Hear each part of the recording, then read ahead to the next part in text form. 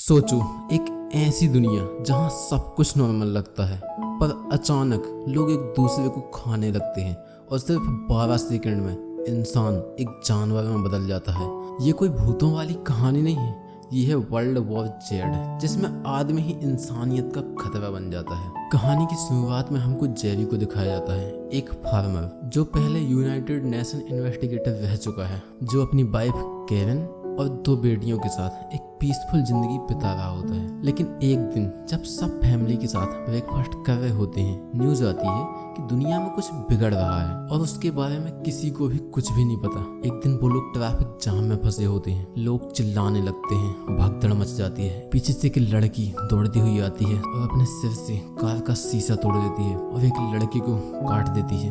12 second, सिर्फ 12 second लगते हैं उस आदमी को एक ज़ॉम्बी में कन्वर्ट होने में। अब वो दूसरों की तरफ भाग रहा है। जेरी एक गाड़ी से बहुत मुश्किल से वहां से निकलता है। चारों तरफ हेलीकॉप्टर, पुलिस, सायरन और लोगों की भगदड़। उनके पीछे पड़े इन्फेक्टेड इंसान मींस ज़ॉम्बी। देखते ही देखते पूरी सिटी तबाह हो जाती है। जेरी अपनी फैमिली के साथ सिटी से बाहर निकलता है, तभी उसको उसके दोस्त थेरी का फोन आता है। थेरी बोलता है, हम तुम्हें सुबह तक निकाल लेंगे। वो लोग जाके एक बिल्डिंग में छुप जाते हैं। वहाँ पहले से ही एक परिवार होता है, वो उनकी मदद करता है। धीरे धीरे सुबह हो जाती है। अब उनको बिल्डिंग की छत तक जाना होता है, क्योंकि हेलीकॉप्टर छत पे ही लैंड करेगा। वो लोग धीरे धीरे वहाँ से निकलते हैं और थोड़ी सी आवाज हो जाती है। सभी ज़ॉम्बीज़ उनके ऊपर हमला कर देते हैं। वो सब छत की ओर भागते हैं। जेरी उनसे लड़ता है, तभी एक ज़ॉम्बी जेरी के ऊपर हमला कर देता है। उस ज़ॉम्बी का थोड़ा मोड़ा खून जेरी के मुंह में भी चला जाता है। तभी पीछे से टॉमी आता है और उस ज़ॉम्बी को मार देता है। जेरी दौड़ के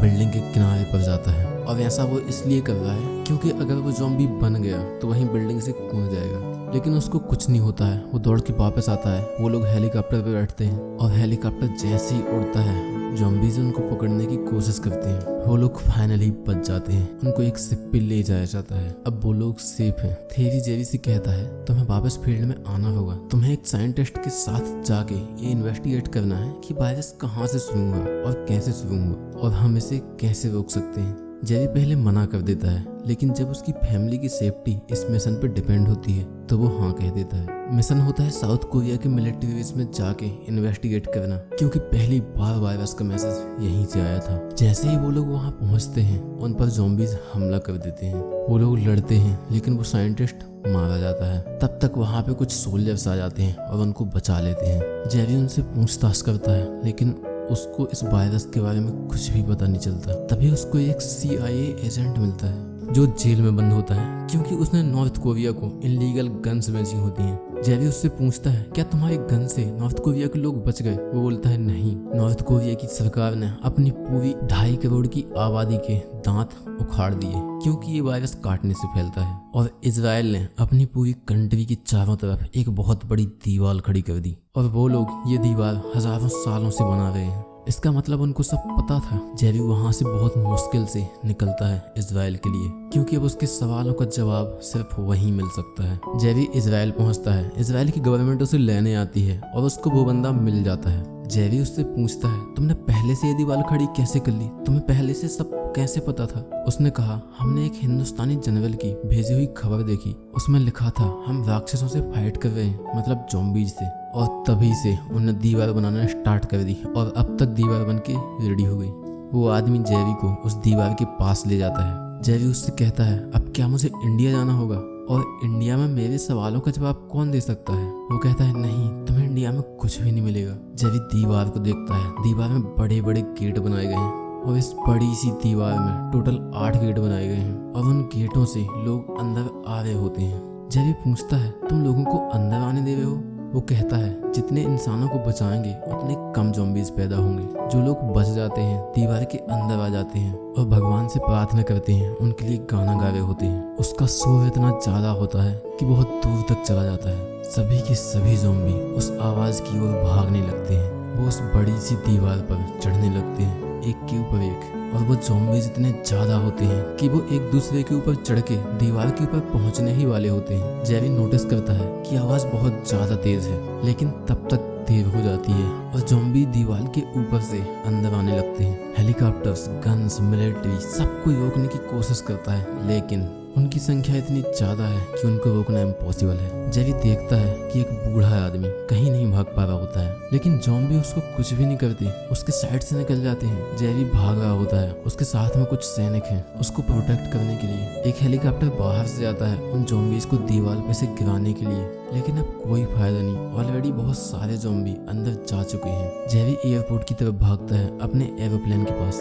तभी उस प्लेन के पायलट को खबर मिलती है कि दीवार के ऊपर से ज़ॉम्बीज अंदर आ गए हैं, और वो प्लेन लेके वहां से निकल जाता है। जेरी पे ज़ॉम्बीज का अटैक होता है। उसके साथ में एक लड़की सोल्जर होती है, उसके हाथ में एक ज़ॉम्बी काट लेता है। जेरी उसके हाथ को काट देता है। 12 सेकंड तक काउंटिंग करता है, उसको कुछ भी नहीं होता, वो बच जाती है। जल्दी से वो एयरपोर्ट पहुंचते हैं। एयरपोर्ट में जाके देखते हैं जेरी का प्लेन वहाँ पे था ही नहीं, लेकिन दूसरा प्लेन वहाँ से निकल रहा होता है। वो लोग उसी में बैठ जाते हैं और यहाँ मिनटों में पूरा का पूरा एरिया तबाह हो जाता है। जेरी उसके हाथ के जख्म को साफ करता है और उस पर पट्टी लगा देता है। वो लड़की कहती है, क्या तुम डॉक्टर हो?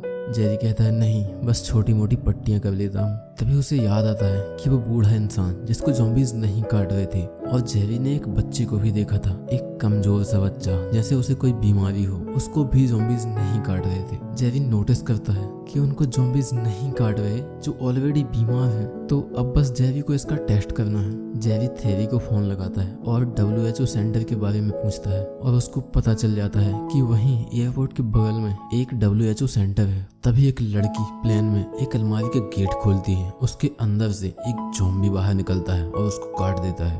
वो लड़की भी ज़ॉम्बी बन जाती है, किसी को कुछ भी नहीं पता होता।